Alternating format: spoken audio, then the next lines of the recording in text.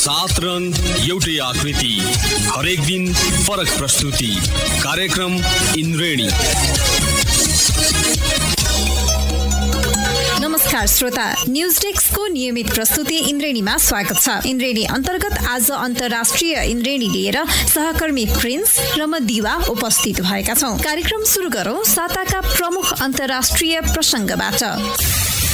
भारतीय प्रधानमन्त्री नरेन्द्र मोदीले आगामी अप्रिल 11 देखि सुरु हुने लोकसभा चुनावलाई लक्षित गरी म पनि चौकीदार अभियान सुरु गरेका छन्। सबै भारतीय नागरिक कसरी चौकीदार हुन् भन्ने विषयमा भारतीय जनता पार्टी भाजपाले तयार पारेको भिडियो ट्विटरमा शनिबार सार्वजनिक गर्दै मोदीले सो अभियान सुरु गरेका हुन्। तपाईहरूका चौकीदारहरू देशभरि सेवा गरिरहेका छन्। म एक्लो छैन। भ्रष्टाचार, गलत कार्य र सामाजिक विकृति विरुद्ध लड्ने सबै चौकीदार हुन्, मोदीले भनेका छन्। मोदीले देशको प्रगतिका लागि कडा मेहनत गर्नेलाई पनि चौकीदारको संज्ञा दिँदै आज भारतका सबै नागरिकले म पनि चौकीदार हुँ भन्ने गरेको बताएका छन्। सन् 2014मा भएको निर्वाचनमा आफू चौकीदार बन्न चाहेको बताएका मोदीले पुनः चौकीदारको विषयलाई अभियानको रूपमा सुरु गरेका भारतीय सञ्चार माध्यमले जनाएका छन्। चौकीदारले पैसा र सम्पत्तिको सुरक्षा गरे झैं आफूले देशको संरक्षण गर्न चाहेको मोदीको भनाइ छ। कांग्रेस अध्यक्ष राहुल गान्धीले चौकीदार चोर भयो भन्ने टिप्पणी गरेपछि भाजपाले त्यसबारे सर्वेक्षण गरेको थियो। सर्वेक्षणमा सहभागी अधिकांश चौकीदारको पक्षमा देखिएकाले म पनि चौकीदार अभियान सुरु गरेको मोदीको दाबी छ। सर्वेक्षणमा सहभागी कतिपयले चौकीदारलाई होच्याएको भन्दै रुष्ट भएका अधिकारीहरूले जनाएका छन्। यसअघि मोदीलाई चियावालाका रूपमा गरिएको भाजपाको प्रचार प्रभावकारी भएको थियो। भारतमा यही मार्च 31 देखि निर्वाचन हुन लागेकाले निर्वाचनको दिन नजिकै जाँदा प्रचार प्रसार पनि तीव्र हुन थालेको छ। न्यूजील्यान्डको क्राइस्टचर्च स्थित मस्जिदमा आक्रमणका मुख्य आरोपीलाई अदालत पेश गरिएको छ। शुक्रबार 2 मस्जिदमा गरिएको आक्रमणमा 50 जनाको मृत्यु भएको छ। अस्ट्रेलियन नागरिक 28 वर्षीय ब्रेन्टन ह्यारिस टरेन्टलाई हत्या आरोपमा मुद्दा चलाइएको छ। प्रहरीले अदालतमा पेश गर्दा टरेन्ट बन्दीले लगाउने लुगामा हत्कडीमा देखिन्थे। उनी विरुद्ध थप अभियोगमा मुद्दा चलाउने अपेक्षा समेत गरिएको छ। न्यूजील्यान्डकी प्रधानमन्त्री जेसिन्डा अर्देनले टरेन्टसँग 5 वटा बन्दुकका लागि अनुमति पत्र समेत रहेको बताउँदै भनिन्, बन्दुक सम्बन्धी हाम्रो कानून अब परिवर्तन हुन्छ। न्यूजील्यान्डका महान्यायाधिवक्ता डेभिड पार्करले सरकारले अर्धस्वचालित हतियारमाथि प्रतिबन्ध लगाउन खोजेको जनाएका छन्। अदालतले टरेन्टलाई अप्रिल 5 सम्म अनुसन्धानका लागि हिरासतमा राख्न अनुमति दिएको छ। प्रधानमन्त्री आर्डनले शुक्रबारको आक्रमण आतंककारी कार्य भएको जनाइन्।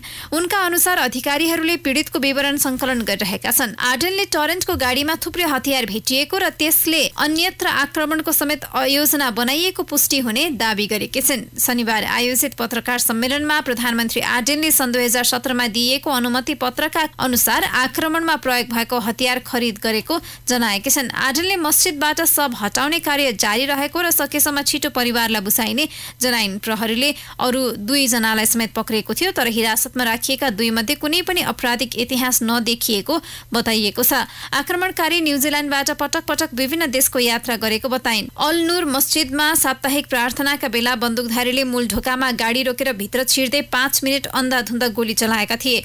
त्यस लगत्तै बन्दुकधारी गाडीमा 5 किलोमिटर टाढाको लियोनवुड मस्जिद पुगेका थिए। त्यहाँ पुगे लगत्तै गोली हानेका बन्दुकधारीको एक हतियार एक व्यक्तिले खोसेका थिए। सो भिडियो हटाउन फेसबुक, ट्विटर, युट्युब जस्ता सामाजिक सञ्जालले चाहेर पनि कुनै सामग्री हटाउन सक्दैनन् भन्ने देखिएको छ। प्रहरीले टरेन्टलाई कहाँ पक्राउ गरेको भने खुलाइएको छैन। प्रहरीले दुवै मस्जिद तथा आक्रमणकारीको गाडीमा हतियार तथा विस्फोटक पदार्थ भेटिएको जनाएको छ।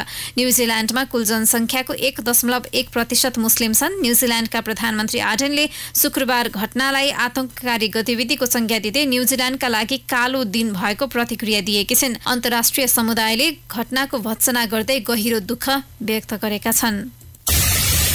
अमेरिकी संसदको माथिल्लो सदन सिनेटले राष्ट्रिय सङ्कटकालको घोषणा उल्ट्याउने पक्षमा मतदान गरेपछि अमेरिकी राष्ट्रपति डोनाल्ड ट्रम्पले भिटो प्रयोग गरेका छन्।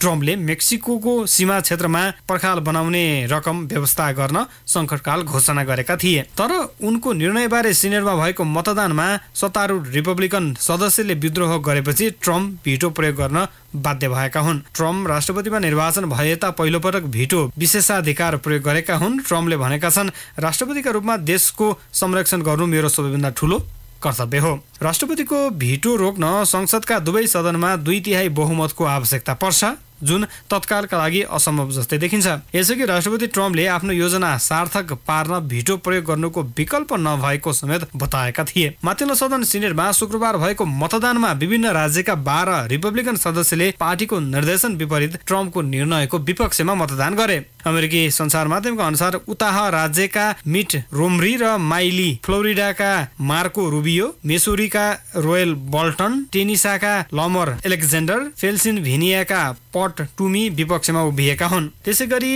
ओहियोका रब पोर्टम्यान, कान्ससका जेरी मोरान, मेइनका सुमान कोलिन्स, अलास्काका जिला मुर्कोभिस्की, केन्टुकीका रान्ड पल र मिसिपिसीका रोगर बिकरले ट्रम्प आदेशको अवज्ञा गरे। विपक्षी पार्टीको वर्चस्व रहेको हाउस अफ रिप्रेजेन्टेटिभका डेमोक्रेट दलका एक सदस्यले राष्ट्रपतिको कदम फेरि सदन विफल पार्ने बताएका छन्। सिनेटका डेमोक्रेट नेता चक सुमरले राष्ट्रपतिको कदमको विपक्षमा मतदान गर्ने सत्तारूढ दलका सिनेटरलाई धन्यवाद दिएका छन्। उनले भने रिपब्लिकनहरूले साहसी भएर हो वा सिद्धान्तमा अडिग भएर हो राष्ट्रपतिले सीमा नाग्नबाट रोकेका छन्। बीबीसीले रिपब्लिकन पार्टीका सिनेटरले गरेको विद्रोहले ट्रम्पलाई धक्का दिएको उल्लेख गरेका छन्। रिपब्लिकन सदस्यहरू पर्खा निर्माणको विपक्षमा नभई कांग्रेसको संवैधानिक अधिकार मिचेर संकटकाल घोषणा गर्ने राष्ट्रपतिको कदमप्रति क्रुद्ध भएको विश्लेषण गरिएको छ। अमेरिकी विमान निर्माण कम्पनी बोइङले आफ्ना 737 MAX 8 मोडलका सम्पूर्ण विमानको उडानमा रोक लगाएको छ। यससँगै उसले निर्माणका क्रममा रहेका 371 वटा त्यस्ता विमानले अर्को निर्णय नहुन्जेलसम्म उडान भर्ने छैनन्। गत आइतबार बोइङ 737 MAX 8 मोडलको एक विमान दुर्घटना भएको इथियोपियाबाट नयाँ प्रमाण भेटिएपछि त्यस्तो निर्णय गरेको अमेरिकी उड्डयन नियामक निकायले जनाएको छ। अधिकारीहरूले नयाँ प्रमाण र भूउपग्रह मार्फत सङ्कलित विवरणका आधारमा त्यस्तो निर्णय गरिएको बताएका छन्। त्यसअघि अमेरिकी संघीय उड्डयन प्रशासनले उडान रोक्नुपर्ने प्रष्ट आधार फेला नपरेको दावी गरेको थियो। तर बिहिबार सो निकायका कार्यवाहक प्रशासक डेनियल इल्वेलले नयाँ तथ्यहरू फेला परेको स्वीकारे। उनले भने दुर्घटनाको इथियोपियन एयरलाइन्सले लिएको बाटो र उसको व्यवहार लायन एयरको जस्तै थियो भन्नेमा हामी प्रष्ट भएका छौँ। पछिल्ला प्रमाण त्यस्तै देखियो। इन्डोनेसियामा 5 महिना अघि बोइङ 737 MAX 8 मोडलको लायन एयरको विमान दुर्घटनामा 189 यात्रुको मृत्यु भएको थियो। त्यसअघि राष्ट्रपति ट्रम्पले दुर्घटनास्थल र अन्यत्रबाट प्राप्त विवरण एवं उजुरीका आधारमा आपतकालीन आदेश दिन लागेको बताएका थिए। ट्रम्पले व्हाइट हाउसमा पत्रकारसँग कुराकानी गर्दै विमानबारे नयाँ सूचना प्राप्त भएको बताउँदै विस्तृत जानकारी भने दिएका थिएनन्। उनले अमेरिकी जनताको सुरक्षा सबैभन्दा महत्त्वपूर्ण भएको जनाउँदै अमेरिकी उड्डयन प्रशासनले यसबारे थप प्रष्ट पार्ने बताएका थिए। ट्रम्पले क्यानाडेली अधिकारी, अमेरिकी क्यारियर्स र विमान निर्माता बोइङसँग समेत समन्वय गरी बोइङ 737 MAX का उडान स्थगनको निर्णय गरेको दावी गरेका छन्। जिम्बाब्वेको पूर्वी क्षेत्रमा आएको आँधीका कारण कम्तीमा 24 जनाको मृत्यु भएको छ। शुक्रबार मोजाम्बिक नजिकैको सीमा क्षेत्रमा आएको आँधीका कारण 100 भन्दा बढी व्यक्ति हराइरहेका स्थानीय एक सांसदले बताएको अन्तर्राष्ट्रिय सञ्चार माध्यमले जनाएका छन्। आँधीका कारण हजारौं मानिस प्रभावित बनेका छन्। आँधी प्रभावित क्षेत्रमा विद्युत काटिएको छ भने पुलहरू बाढीले बगाएको छ। पूर्वी चिनामानीमजी जिल्लाका सांसद जोसुवा साक्कोले एएफपीसँग भनेका छन् अहिलेसम्मको जानकारी अनुसार 24 जनाको मृत्यु भएको र 100 भन्दा बढी सम्पर्कमा आउन सकेका छैनन्। आँधी र आँधी पछि आएको बाढीका कारण 25 घरहरूको निशाना पनि भेट्न नसकिने गरी बगाएको बताइएको छ। कतिपय घरहरू बाढी पहिरो र आँधीका कारण सयौं घरमा क्षति पुगेको बताइएको छ। आँधी पूर्व गत हप्ता भएको अत्याधिक वर्षाका कारण मोजाम्बिकमा 66 जनाको मृत्यु भएको थियो र करिब 17,000 मानिस विस्थापित भएका थिए। भारतले पाकिस्तानमा आश्रय लिइरहेको लडाकु समूहका नेता मसुद अजहरलाई आतंककारी घोषित गर्ने तथा उनले नेतृत्व गरेको जैश ए मोहम्मदलाई कालो सूचीमा राख्ने राष्ट्रसङ्घीय प्रस्ताव चीनले स्थगन गर्नु दुर्भाग्यपूर्ण भन्दै निराशा व्यक्त गरेको छ। पाकिस्तानलाई आर्थिक, राजनीतिक तथा सामरिक मद्दत गरिरहेको चीनले अजहरमाथिको प्रतिबन्धको प्रस्तावमाथि अध्ययन गर्न समय चाहिने भन्दै 9 महिनापछि धकेलिदिएको हो। भारतीय विदेश मन्त्रालयले विज्ञप्ति जारी गर्दै चीनिया कदमबाट भारत निराश भएको जनाएको छ। मन्त्रालयले भारतीय नागरिकमाथि नृशंस आक्रमणमा संलग्न आतंकवादी नेतालाई कानुनी कठघरामा ल्याउन सबै सम्भाव्य उपाय खुलै राख्ने पनि स्पष्ट पारेको छ। चीनले राष्ट्रसङ्घीय प्रतिबन्ध सम्बन्धी समितिमा विगतका 3 प्रयत्नलाई अवरुद्ध विफल पारिसकेको छ। भारतीय पहिलो महिला सगरमाथा आरोहीले तेस्रो ठूलो सम्मान पद्मभूषणबाट पुरस्कृत भएकी छिन्। शनिबार नयाँ दिल्लीमा आयोजित एक कार्यक्रममा भारतीय राष्ट्रपति रामनाथ कोविन्दले बचेन्द्री पाललाई सो सम्मानबाट पुरस्कृत गरेका हुन्। सगरमाथा आरोहण गर्ने पहिलो भारतीय महिला उनलाई पर्वतारोह र साहसी खेलको प्रवर्धनमा अग्रणी भूमिका खेले बापत पुरस्कृत गरिएको हो। भारतीय राष्ट्रपति कोविन्दद्वारा गरिएको ट्विटमा उल्लेख गरिएको छ। भारतको गढवाल जिल्लाको उत्तर काशीको नाकुरीमा जन्मिएकी पालले 30 वर्षको उमेरमै 23 मे 1984 मा सगरमाथाको शिखरमा पुगेर त्यस्तो सफलता हात पार्ने पहिलो भारतीय महिला बनेकी थिइन्। बेलायती सेनामा तेस्रो गोर्खा बटालियन स्थापना हुने भएको छ। बेलायती रक्षा मन्त्रालयका अनुसार सन् 2019बाट भर्ती सुरु गरेको निर्माण गरिने बटालियन विशेष इन्फेन्ट्री हुनेछ।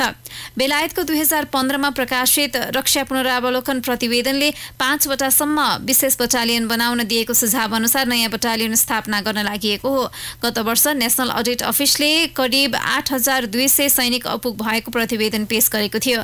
शताब्दीदेखिको लामो सेवा र बलिदान आफ्नो सिप र बहादुरीका लागि गोर्खा सैनिकले अरू कसैले हासिल गर्न नसकेको इज्जत कमाएको बेलायती रक्षा राज्य मन्त्री मार्क ल्यान्चेस्टरले नयाँ बटालियन स्थापनाको घोषणा गर्दै विज्ञप्तिमा भनेका छन्। तेस्रो बटालियन खडा गर्न सेनालाई सहयोग गर्न पाएकोमा रोयल गोर्खा राइफल्स निकै खुसी छ। विशेष इन्फेन्ट्रीको भूमिका उत्साहप्रद र चुनौतीपूर्ण हुने रोयल गोर्खा राइफल्सका कर्णेल मेजर जनरल ग्रेज स्ट्रिकल्यान्डले बताएका छन्। यी जिम्मेवारी वहन गर्न सेनाले हामीलाई विश्वास गरेकोमा हामी निकै गौरवान्वित छौं। नयाँ युनिटले गोर्खाहरूलाई करियरमा थप अवसरको पहुँच, पदोन्नति सहित ब्रिगेड अफ गोर्खाजमा 24 वर्ष आर्मी सेवा गर्न मौका मिल्ने विश्वास गरिएको छ। गोर्खाहरू विगत 200 वर्षभन्दा बढी समयदेखि बेलायती सेनाका अभिन्न अङ्गमा रहेर खटिरहेका छन्। सन् 2019 इन्टेकका लागि गत महिना नेपालबाट करिब 400 युवा छानिसकेका छन्। यसका अलावा बेलायतले ब्रिगेड अफ गोर्खाजमा पहिलो पटक नेपाली महिलालाई समेत समावेश हुन सक्ने गरी बाटो खोलिदिएको छ। ब्राजिलको साओ पाओलो स्थित एक विद्यालयमा गोली चल्दा कम्तीमा 10 जनाको मृत्यु भएको छ। घटनामा अन्य केही घाइते भएका छन्। अधिकारीका अनुसार मारिनेमा 7 विद्यार्थी रहेका छन्। 1 जना महिला र 2 बन्दुकधारीको समेत ज्यान गएको हो। घटनामा घाइते 17को विभिन्न अस्पतालमा उपचार भइरहेको अधिकारीहरूले जनाएका छन्। श्रोता, तपाईँ सुन्दै हुनुहुन्छ कार्यक्रम इन्द्रिणी अन्तर्गत आज हामी विविध अन्तर्राष्ट्रिय प्रसंग प्रस्तुत गरिरहेका छौं। हामीसँग सूचना, प्रविधि र रोचक प्रसंग बाँकी नै छन्। अहिले भने पालो भएको छ ब्रेकको। 7 रङ एउटै आकृति, हरेक दिन फरक प्रस्तुति। कार्यक्रम इन्द्रिणी। नमस्कार श्रोता, न्यूज डेस्कको नियमित प्रस्तुति इन्द्रेणीमा स्वागत छ। इन्द्रेणी अन्तर्गत आज अन्तर्राष्ट्रिय इन्द्रेणी लिएर सहकर्मी प्रिन्स र म दिवा उपस्थित भएका छौं। कार्यक्रम सुरु गरौं साताका प्रमुख अन्तर्राष्ट्रिय प्रसंगबाट। भारतीय प्रधानमन्त्री नरेन्द्र मोदीले आगामी अप्रिल 11 देखि सुरु हुने लोकसभा चुनावलाई लक्षित गरी म पनि चौकीदार अभियान सुरु गरेका छन्। सबै भारतीय नागरिक कसरी चौकीदार हुन् भन्ने विषयमा भारतीय जनता पार्टी भाजपाले तयार पारेको भिडियो ट्विटरमा शनिबार सार्वजनिक गर्दै मोदीले सो अभियान सुरु गरेका हुन्। तपाईहरूका चौकीदारहरू देशभरि सेवा गरिरहेका छन्। म एक्लो छैन। भ्रष्टाचार, गलत कार्य र सामाजिक विकृति विरुद्ध लड्ने सबै चौकीदार हुन्, मोदीले भनेका छन्। मोदीले देशको प्रगतिका लागि कडा मेहनत गर्नेलाई पनि चौकीदारको संज्ञा दिँदै आज भारतका सबै नागरिकले म पनि चौकीदार हुँ भन्ने गरेको बताएका छन्। सन् 2014मा भएको निर्वाचनमा आफू चौकीदार बन्न चाहेको बताएका मोदीले पुनः चौकीदारको विषयलाई अभियानको रूपमा सुरु गरेका भारतीय सञ्चार माध्यमले जनाएका छन्। चौकीदारले पैसा र सम्पत्तिको सुरक्षा गरे झैं आफूले देशको संरक्षण गर्न चाहेको मोदीको भनाइ छ। कांग्रेस अध्यक्ष राहुल गान्धीले चौकीदार चोर भयो भन्ने टिप्पणी गरेपछि भाजपाले त्यसबारे सर्वेक्षण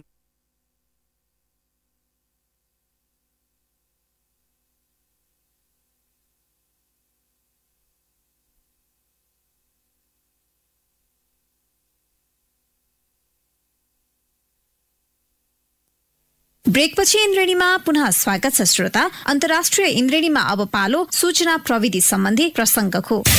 WeChat चीनमा निकै लोकप्रिय छ। चीनमा मात्रै उसको करिब 80 लाख प्रयोगकर्ता भएको अनुमान छ। चीन बाहेकका मुलुक जोड्ने हो भने WeChatको मासिक प्रयोगकर्ता 1 अर्ब बढी छन्। चिनियाका लागि WeChat नै सबै थोक हो। सामान्य भाषामा भन्दा मोबाइलमा WeChat भए अन्य एपको आवश्यकता बिरलै पर्छ। WeChatबाटै फिल्मको टिकट काट्नेदेखि ट्याक्सी बोलाउने र अनलाइनबाट सामान अर्डर गर्न मिल्छ। फेसबुकमा जस्तै फोटो र भिडियो पोस्ट गर्न मिल्छ अनि आफ्ना साथीका तस्बिरहरू हेरेर लाइक र कमेन्ट गर्न पनि मिल्छ। एउटै एपमा सबै थोक अटाएको WeChat चीन बाहिर त्यति धेरै लोकप्रिय छैन। तर चीन बाहेकको विश्वमा सबैभन्दा बढी प्रयोगकर्ता भएको फेसबुक भने यसबाट निकै प्रभावित जस्तो देखिन्छ। फेसबुकले पछिल्लो पटक चालेको कदम र यसका मालिक मार्क जुगरबर्गले केही साता अघि सार्वजनिक गरेको पोस्टलाई आधार मान्दा फेसबुक WeChatको बाटोमा रहेको छनक पाउन सकिन्छ। आफ्नो 3000 भन्दा बढी लामो ब्लग पोस्ट सार्वजनिक गर्दै फेसबुकका मालिक मार्क जुगरबर्गले भनेका छन् अबको हाम्रो ध्यान सुरक्षित मेसेजिङमा रहन्छ। पछिल्लो वर्ष फेसबुकले निकै ठूला समस्या झेल्नु पर्यो। ती अधिकांश समस्या प्रयोगकर्ताको तथ्याङ्कसँग सम्बन्धित थिए।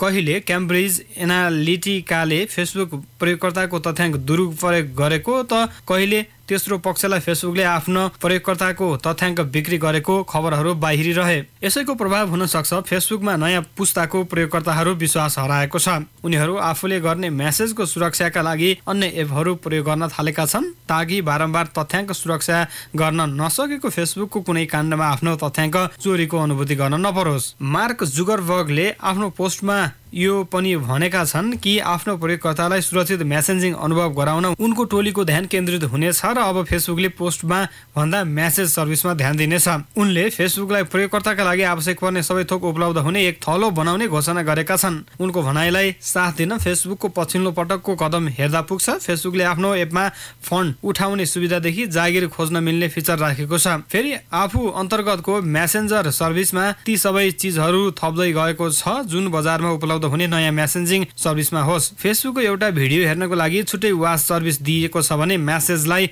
पनि छुट्टै सेवाका रूपमा चित्रित गरी वेब भर्सनमा उपलब्ध गराइएको छ। फेसबुकले आफ्नो मेसेजिङ सर्भिसमा क्रस मेसेजिङ सुविधा हुने घोषणा गरिसकेको छ। यसको अर्थ हो फेसबुकको कुनै एक एपबाट एक व्यक्तिलाई गरिएको मेसेज अर्को व्यक्तिलाई अर्को एपबाट गर्दा पनि निरन्तर रहन्छ। फेसबुकको पछिल्लो कदम र मार्क जुगरबर्गको पछिल्ला भनाइको अर्थ हो फेसबुक आफ्ना प्रयोगकर्तालाई सबै सेवा आफ्नै एपबाट दिन चाहन्छ। मेसेज गर्ने होस् वा सामान किन्ने, फिल्म हेर्ने होस् वा रेस्टुरेन्ट छान्ने अवसर सबै एक एपबाट दिँदा यो चिनिया एप WeChat भन्दा फरक नहुन सक्छ। WeChatलाई नभएको सुविधा भने फेसबुकले पाउनेछ। चीन सरकारले आफ्नो नियन्त्रणमा भएको WeChatको लोकप्रियताको लागि सहायता दिइरहेको छ। चीन सरकारले फेसबुकलाई सन् 2009 यता प्रतिबन्ध लगाएको छ। यो बाहेक कोरियाली कम्पनी लाइन र फेसबुक स्वामित्वको WhatsApp पनि चीनमा क्रमशः 2013 र 17 यता प्रतिबन्ध छन्। बाहिरी एप आफ्नो देशमा प्रतिबन्ध भएपछि WeChatले लोकप्रिय हुने मौका पाएको छ तर चीन बाहिर उसको संलग्नता नगर्ने छ। चीन बाहिरको विशाल जनसङ्ख्या WeChat जस्तै फिचरबाट आकर्षित गर्ने अवसर भने फेसबुकलाई हुनेछ। तर त्यो त्यति बेला फेसबुक आफैको लोकप्रियता भने कति रहला यो भने अब प्रयोगकर्ताको तथ्याङ्क सुरक्षामा फेसबुकले देखाउने सजगता र उसले ल्याउने फिचरमा निर्भर रहन्छ। स्यामसङ इलेक्ट्रोनिक्सले हालै ग्यालेक्सी S8 बजारमा उपलब्ध गराएको छ। S सिरिज अन्तर्गत 4 प्रकारका फोन बजारमा आएका हुन्। यससँगै स्मार्टफोनको बजारमा सम्पूर्ण आवश्यकतालाई यस फोनले समेट्ने स्यामसङको दाबी छ। क्यामेरा तथा डिस्प्ले र कार्यक्षमताका कारण स्यामसङले बजारमा आफ्नो बलियो छाप छाड्न सफल छ। एक दशकभन्दा लामो अनुसन्धानपछि विकास भएको नयाँ पुस्ताको मोबाइल फोनको कार्यक्षमता समेत प्रदर्शन गरिएको छ। ग्यालेक्सी S10 हरेक दृष्टिबाट उत्कृष्ट रहेको कम्पनीको दाबी छ। नयाँ dynamic AMOLED display, new generation camera, चुस्त कार्यक्षमता भन्दै प्रचार गरिएको छ। स्मार्टफोनको नयाँ मापदण्डका रूपमा ग्यालेक्सी S10 स्थापित भएको स्यामसङको दाबी छ।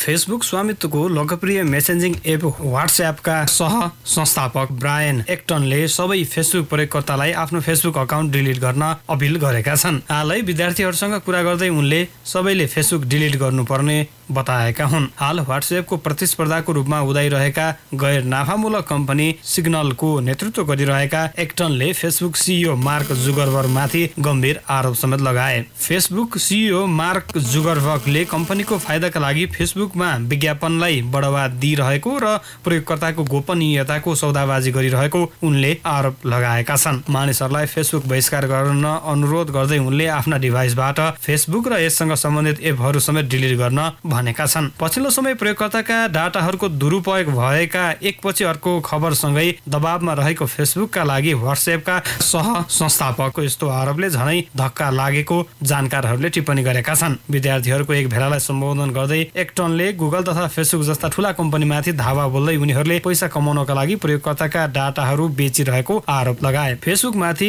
एक्टनले हमला गरेको यो दोस्रो पटक हो। गत वर्ष उनले फेसबुकमा लेखेका थिए, यो समय हो #डिलिट फेसबुक। उनले यस्तो लेखेको केही समयपछि फेसबुक क्याम्ब्रिज एनालिटिका काण्डमा फस्यो। सन् 2016 को अमेरिकी राष्ट्रपतीय निर्वाचनका क्रममा 8 करोड 70 लाख फेसबुक प्रयोगकर्ताको डाटा दुरुपयोग गरेको खुलासा भएको थियो। एक्टनले सन् 2014 मा $14 अर्ब मा व्हाट्सएप फेसबुकलाई बेचेका थिए। सन् 2017 मा उनी व्हाट्सएपबाट अलग भए। उनले व्हाट्सएपलाई पूर्ण रूपमा विज्ञापन मुक्त राखेका थिए, तर पछि फेसबुकले व्हाट्सएपलाई पनि विज्ञापनको साधनका रूपमा प्रयोग गरेपछि उनले फेसबुक डिलिट गर्ने अभियानको अपील गर्न थालेका हुन्। वर्लपुल कम्पनीले अगमेन्टेड रियालिटी प्रविधि युक्त कनेक्टेड हब वाल ओभन सार्वजनिक गरेको छ। यसको फ्रन्ट डोरमा 27 इन्चको पारदर्शी एलइडी डिस्प्ले छ, जसको सहयोगले आफूलाई आवश्यक सामग्री छनौट गर्न सक्छ। यसको भित्री भागमा क्यामेरा हुनेछ, जसले भोजन पाकेपछि बाहिर ननिकाली डिस्प्लेमै पाकेको खानेकुरा हेर्न सघाउनेछ। सोशल मिडिया साइट फेसबुकले बुधबार इतिहासकै सबैभन्दा गम्भीर अवरोध बेहोर्यो। विश्वका लाखौं प्रयोगकर्ताले फेसबुक लगइन गर्न तथा सामग्रीहरूमा लाइक, कमेन्ट तथा अपलोड गर्नमै समस्याको सामना गर्नु पर्यो। नियमित सुधारका क्रममा केही बेर साइट डाउन भएको र छिट्टै नै त्यो पूर्ववत अवस्थामा आउने फेसबुकले बताए पनि लामो समय फेसबुक अवरुद्ध भइरह्यो। फेसबुक अवरुद्ध हुँदा लाखौं प्रयोगकर्ता समस्यामा परे, तर एउटा एपले भने फेसबुक अवरोधको गजब फाइदा उठायो। प्राइभेट मेसेजिङ प्लेटफर्म टेलिग्रामका अनुसार 30 लाख प्रयोगकर्ता सो एपमा जोडिएका छन्। टेलिग्रामका संस्थापक तथा सिइओ पावेल डुरोभले व्यक्तिगत टेलिग्राम च्यानलमा त्यसको जानकारी दिएका हुन्। फेसबुक डाउन भएको 24 घण्टामा 30 लाख नयाँ प्रयोगकर्ता टेलिग्रामसँग जोडिएको उनको दाबी छ। टेलिग्राम एक निशुल्क इन्क्रिप्टेड मेसेजिङ सर्भिस प्लेटफर्म हो। यसले सन् 2013 मै इन्ड टु इन्ड एन्क्रिप्सन फिचर थप गरेको थियो। सुरक्षित च्याटिङको सो फिचर व्हाट्सएपमा सन् 2016 मात्र थपिएको थियो। श्रोता, अब पालो रोचक प्रसङ्गको। अस्ट्रेलियाली जोडी रोजमेरी नोरवुड र सिन कडमेनको 9 महिना लामो परिश्रमकै कारण करेसाबारीमा भीमकाय बन्दा हुर्कियो। झण्डै झण्डै मानिस आकारकै। तस्मानियामा बसोबास गर्दै आएको त्यो जोडी वर्षौंदेखि तरकारी खेतीमा व्यस्त छ, तर यस्तो भीमकाय बन्दा पहिलो पटक उब्जिएको हो। 70 वर्षीय रोजमेरी भन्छन्, बन्दालाई टिप्नु अघि मैले यसको आकारबारे अनुमानै गरेको थिइनँ। उनको करेसाबारीमा यो सिजनमा केही काउली कामै नलाग्ने नै भएका थिए, तर बन्दा चाहिँ मजाले हुर्कियो। किरा लाग्न थालेको संकेत पाएपछि उनीहरू गत महिना बन्दा टिप्न बाध्य भए। त्यो बन्दाले परिवार र आफन्तलाई 3 सातासम्म विभिन्न परिकार पकाउन पुगेको ती दम्पतिले बताए। उनीहरूले करेसाबारीमा प्राङ्गारिक मल मात्रै प्रयोग गर्दै आएको सञ्चार माध्यमलाई बताएका छन्। बन्दा ठूलो हुनुमा मौसम र मलिलो माटोको देन रहेको कृषक जोडीको भनाइ छ। हवस् त श्रोता, आजको इन्द्रेणी यही सकिन्छ। भोलि फेरि फरक प्रसङ्ग सहितको इन्द्रेणी लिएर उपस्थित हुने नै छौँ। तबसम्मका लागि न्युज डेस्कका सम्पूर्ण सहकर्मी सहित प्रिन्स र म दिवा बिदा हुन्छौँ। नमस्कार।